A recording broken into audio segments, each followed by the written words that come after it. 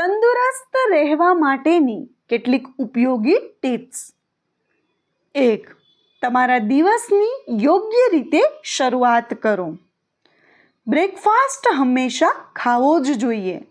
Breakfast એક મહત્વપૂર્ણ આહાર છે અને એક સારો બ્રેકફાસ્ટ લેવાથી તમારા દિવસની યોગ્ય શરૂઆત કરવામાં અને મેટાબોલિક દર વધારવામાં મદદ મળે છે. ઓછી ચરબીવાળા દૂધ સાથે મલ્ટીગ્રેન બ્રેડ, હેલ્ધી પરાઠા, બાજરીનો રોટલો પણ ખાઈ શકો છો. જો તમે બહુ ઉતાવળમાં હોય તો તમારા આવવા જવા દરમિયાન કોઈ પણ ફળનો ટુકડો લઈ લો અને ખાઈ જાઓ. 2. વિવિધ પ્રકારનો ખોરાક ખાઓ. આપણા શરીરને સારા સ્વાસ્થ્ય માટે 40 પોષક તત્વોની જરૂર હોય છે. કોઈ એક ખોરાક અથવા ખોરાકનું જૂથ તમને બધા પોષક તત્વો એકસાથે પૂરા પાડી શકે નહીં. જેથી તમારા શરીરને જે જરૂરી છે તે મળે તે માટે વિવિધ પ્રકારના આહાર લો. 3. બધું ખાઓ પણ મર્યાદામાં. કોઈ ખોરાક સારો અથવા ખરાબ નથી હોતો. અમેરિકન ડાયટિક એસોસિએશન સૂચવે છે કે જ્યાં સુધી તમે ખોરાકને યોગ્ય માત્રામાં લો છો ત્યાં સુધી બધા ખોરાક સારા સાબિત થઈ શકે છે.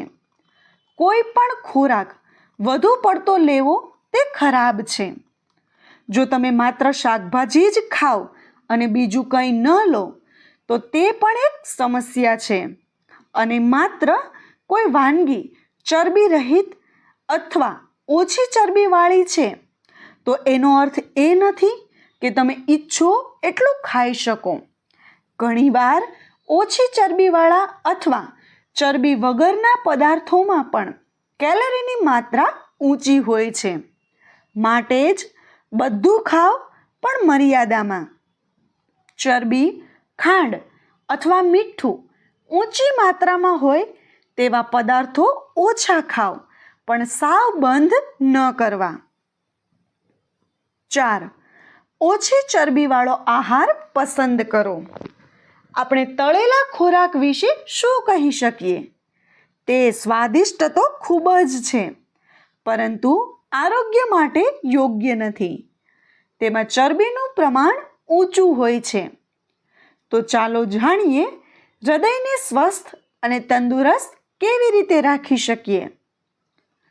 1. ડીપ ફ્રાય ઓછું કરો.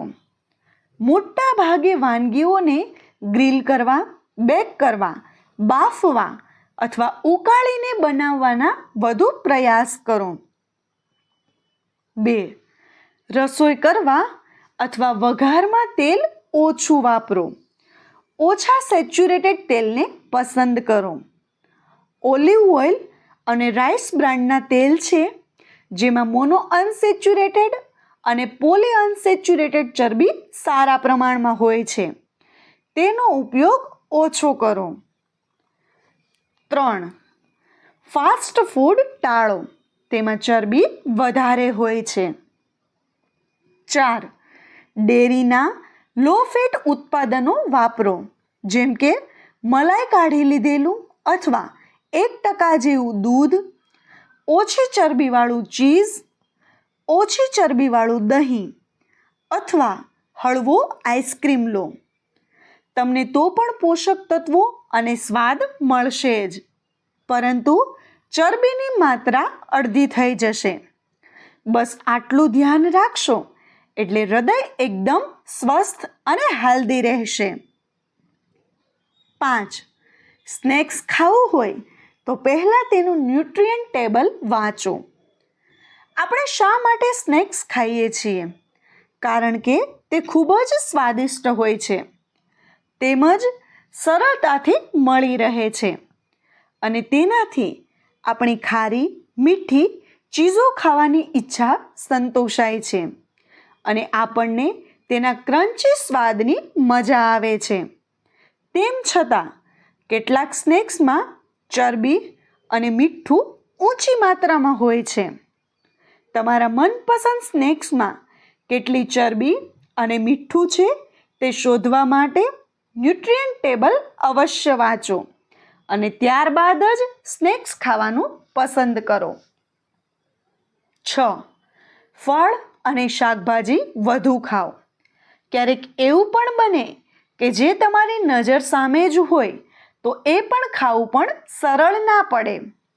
ત્યારે આવા સમયે તમે શાકભાજીની ખરીદી કરો ત્યારે તમે ફળો અને શાકભાજીના તમારા સ્ટોકની ખાતરી અવશ્ય કરો. પછી રસોડાના ટેબલ અથવા કાઉન્ટર પર એક વાટકી ફળ જરૂરથી રાખો. વચ્ચે વચ્ચે અથવા ભોજન બાદ એકાદ ટુકડો લેતા રહો. અને હા, ખરીદેલા શાકભાજી રાંધવાનું ભૂલતા નહીં, જેનાથી તમે ફળ અને શાકભાજી બંને ખાઈ શકો અને તંદુરસ્ત રહો.